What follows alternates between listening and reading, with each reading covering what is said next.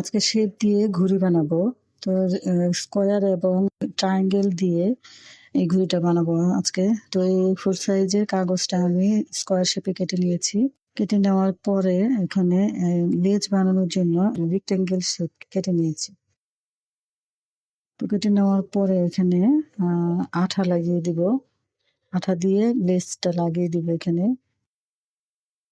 এই বইয়ে যে একটা ঘুড়ি দেখা যাচ্ছে, এই ঘুড়ির মতো করেই ঘুড়িটা বানাবো। তো সেই জন্য একটা লেজ বানানোর জন্য একটা ছোট করে চিকন করে একটা কাগজ কেটে নিচ্ছে এবং এই লেজটাতে লাগানোর জন্য ছোট করে কিছু কাগজ কেটে নিয়েছি এবং সেটা লেজে লাগিয়ে দিচ্ছি।